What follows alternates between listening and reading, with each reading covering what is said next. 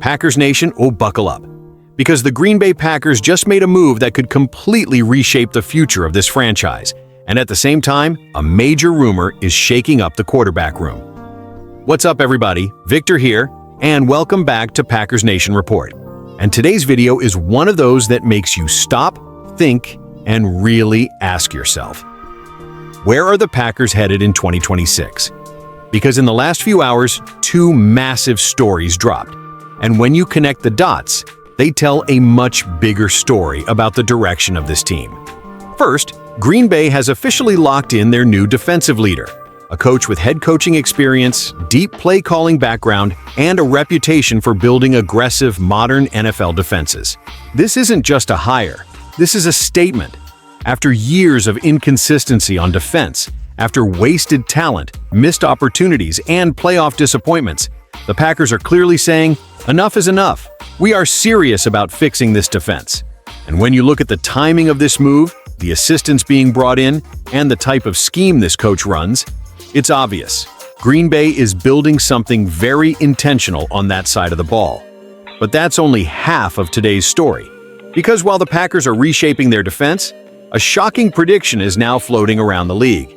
Multiple insiders believe that a key offensive piece, someone who completely changed expectations this season, could be headed to Miami on a massive $40 million deal. Let that sink in.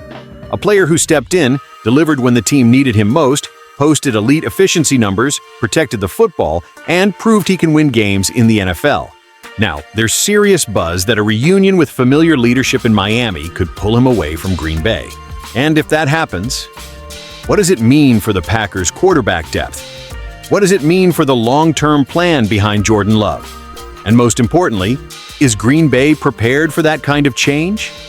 Today we're breaking down everything.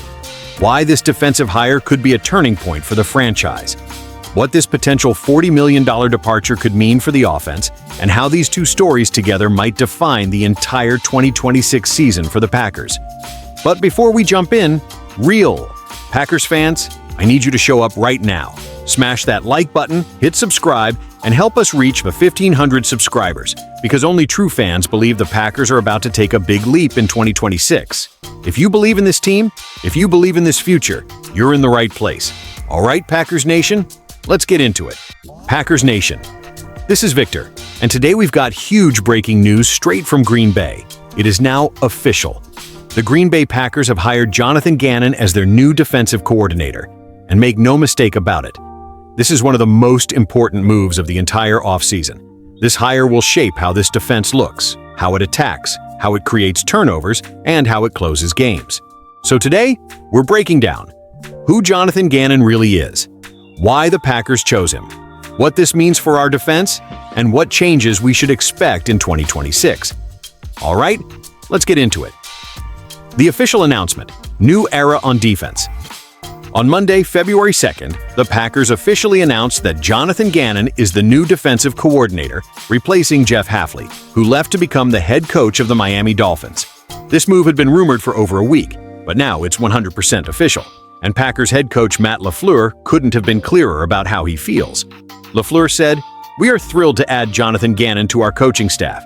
He possesses tremendous experience as an NFL coordinator and head coach, and will be a strong leader of our defense."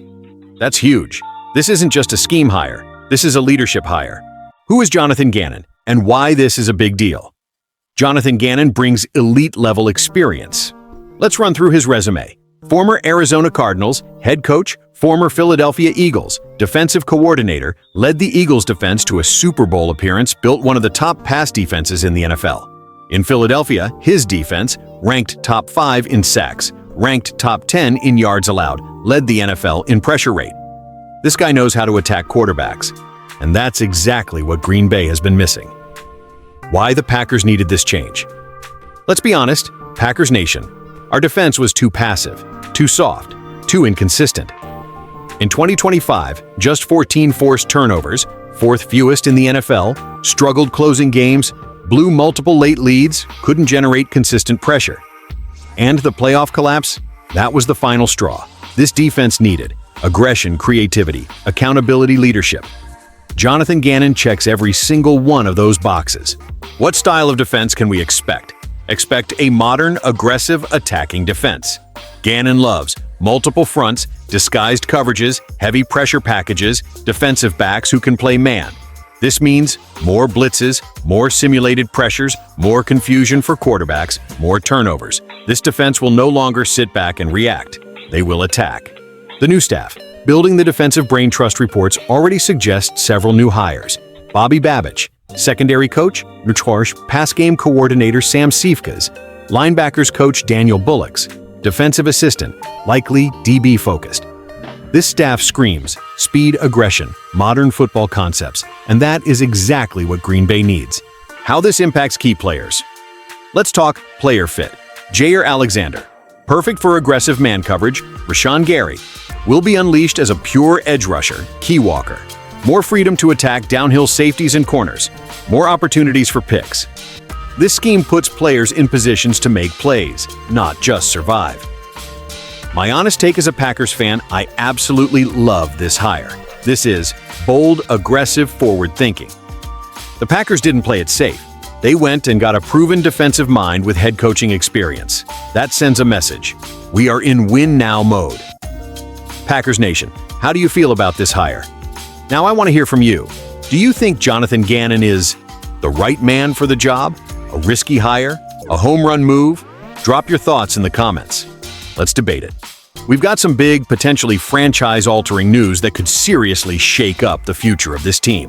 One of the most surprising breakout players on the entire roster, a guy who completely changed the narrative about his career, could be on his way out of Green Bay and possibly heading straight to Miami.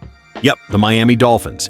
We're talking about a quarterback who went from NFL afterthought to legit high-upside starter option, and now he might command a $40 million contract on the open market. But what does that mean for the Packers? Should we fight to keep him? Is letting him walk the right move? And how does this impact Jordan Love and the future of this offense? We're breaking it all down today. But before we jump in, make sure you smash that like button, subscribe to Packers Nation Report, and help us reach our incredible goal of 1,500 subscribers. We're building something special here, and your support means everything. Let's go. The report and what it means. So, according to multiple reports and predictions around the league, Malik Willis is expected to leave Green Bay in free agency, with the Miami Dolphins emerging as the top landing spot. And honestly, when you really break it down, this makes a lot of sense. Miami is in full rebuild mode at quarterback. Tua Tagovailoa got benched. Quinn Ewers is still a big question mark.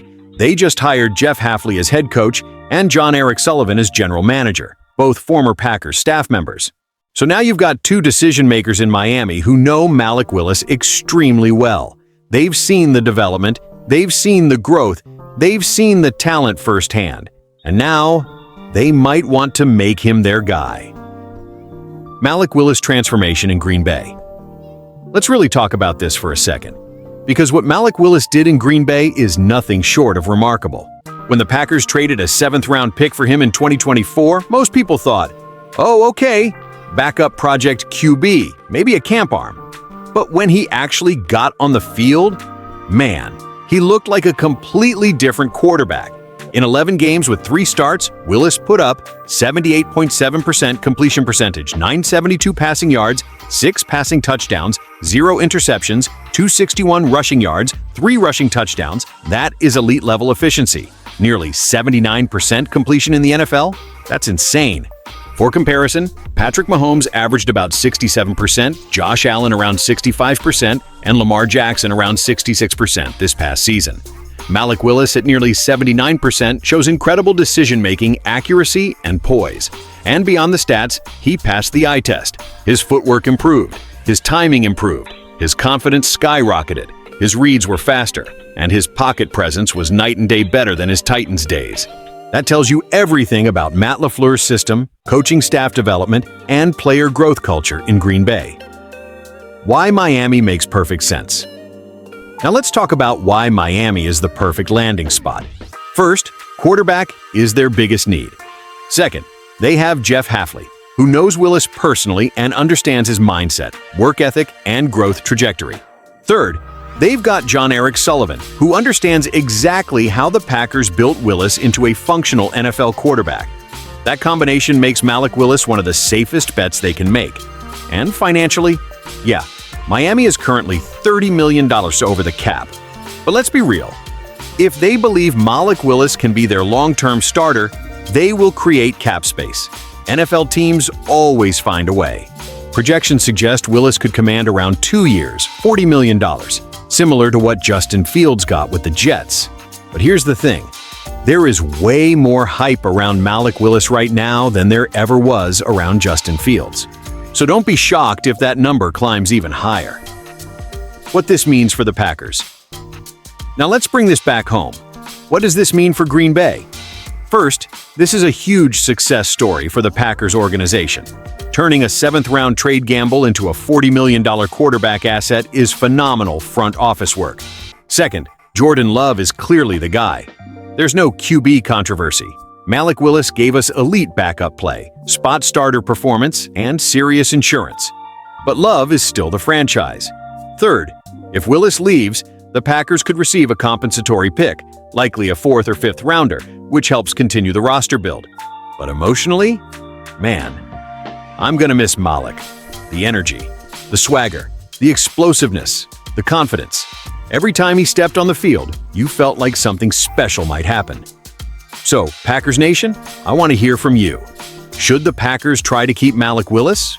Or is letting him walk the smart roster-building decision?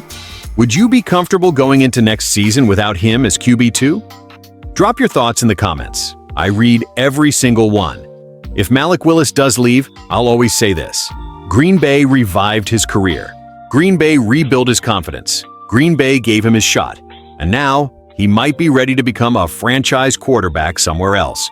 If you enjoyed this breakdown, smash that like button, subscribe to Packers Nation Report, and help us reach our huge goal of 1,500 subscribers. This channel is built by Packers fans for Packers fans, and the best is still ahead. This is Victor, and as always, go Pack Go!